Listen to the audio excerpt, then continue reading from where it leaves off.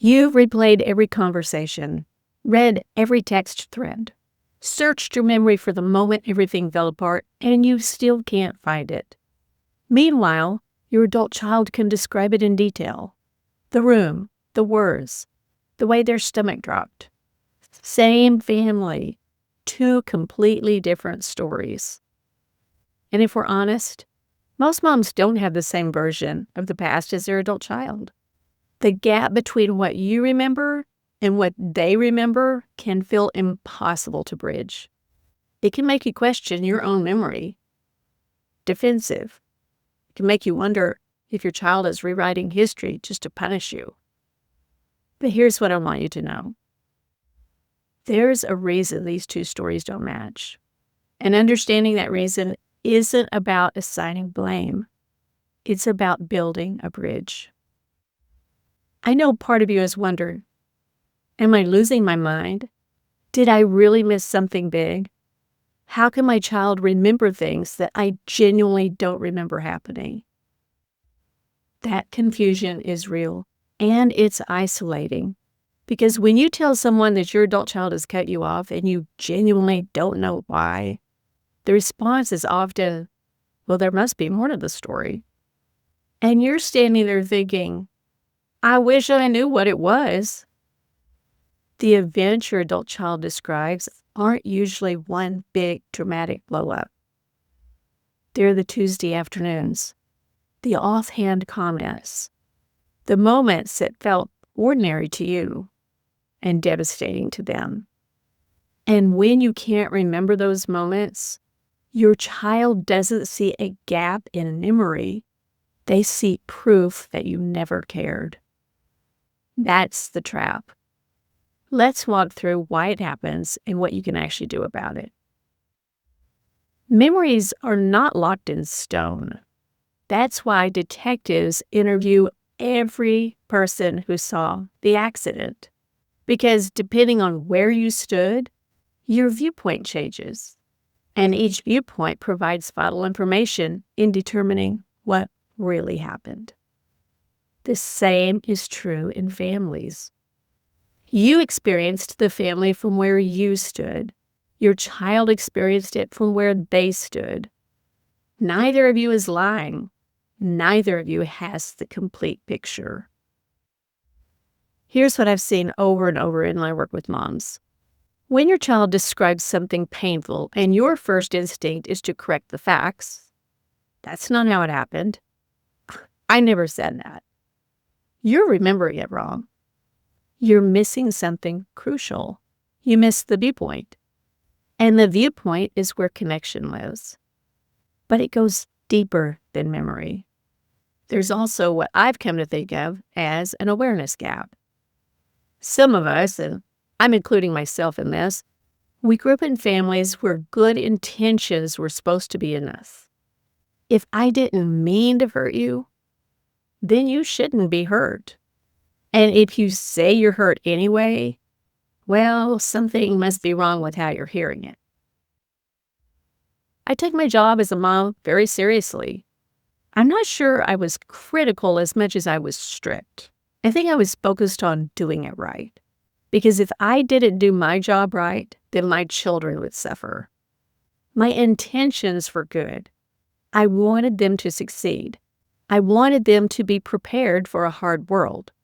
And the way I communicated that, the energy behind my words, was often fear. Fear that if I didn't push, they wouldn't be ready. Fear that if I softened, I would fail them. The love was real. The fear was just louder. The logic that protected me was something like this. I wasn't trying to hurt you. Therefore, you were not hurt. And if you say you were hurt, then maybe you're just too sensitive. I worked with a mom whose 40-something daughter remembered feeling rejected by her mom when she was only 3 years old. This accusation felt totally impossible. How can a person accurately retrieve a memory from over 35 years ago?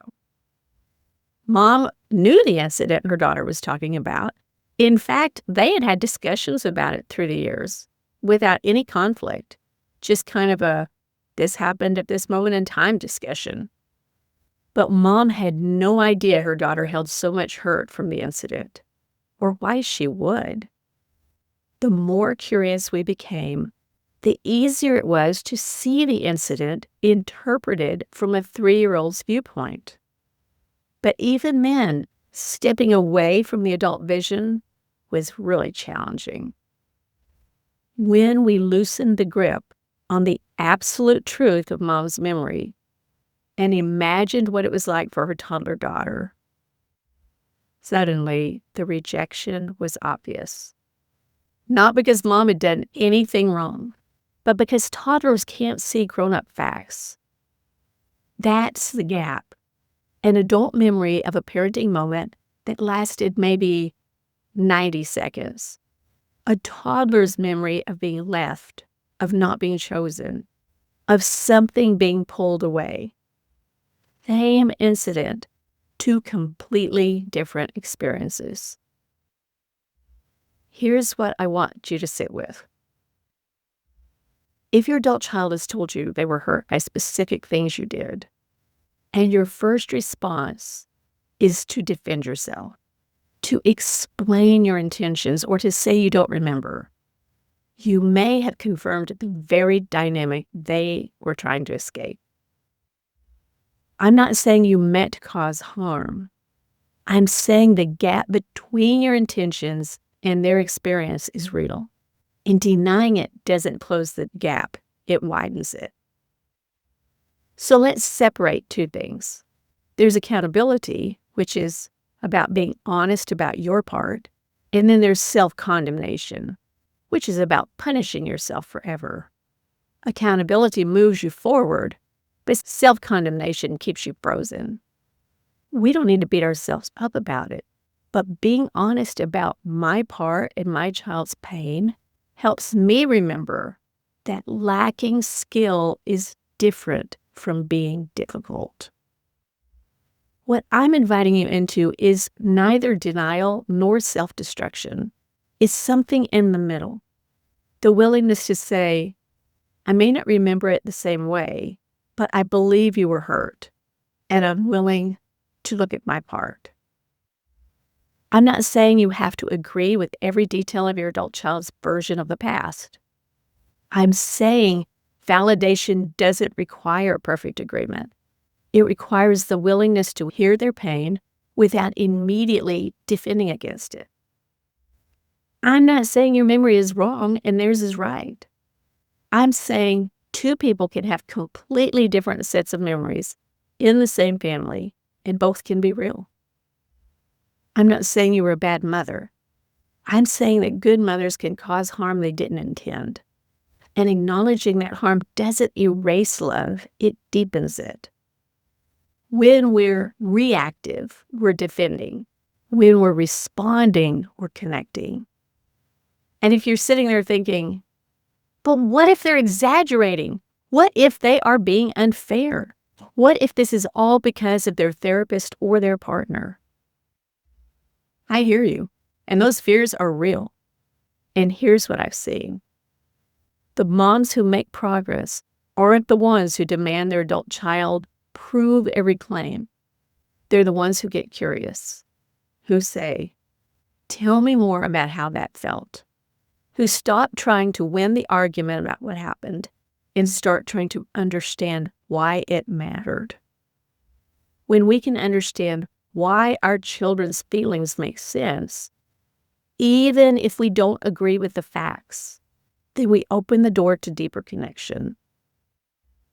That's not easy. It means loosening your grip on being right about what happened. It means getting curious about the viewpoint instead of correcting the record. Now, I want to tell you the truth.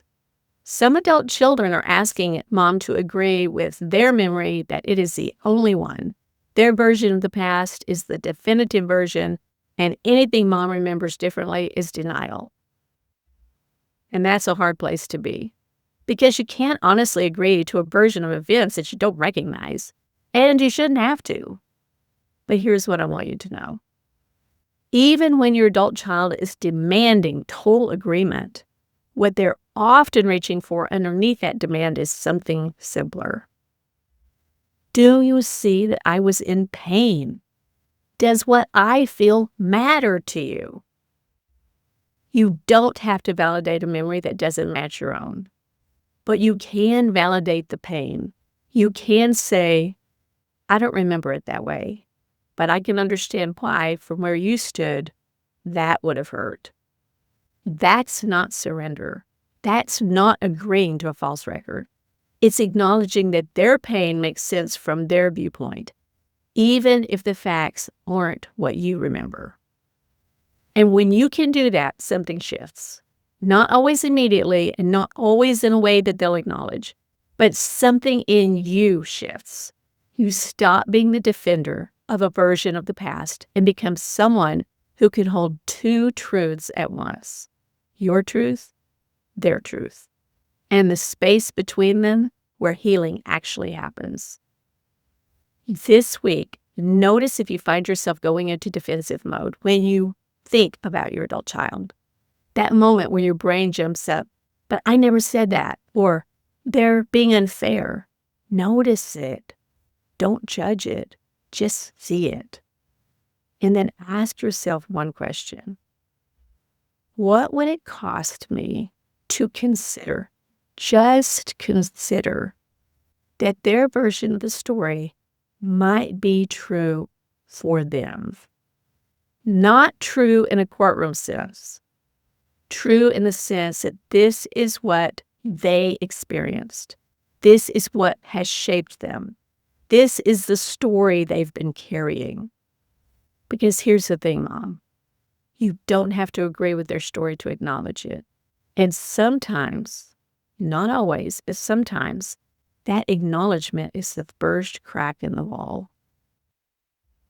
If this resonated with you, if you're sitting there recognizing some of these patterns in your own family, I've put together a free guide called Managing Estrangement Trauma.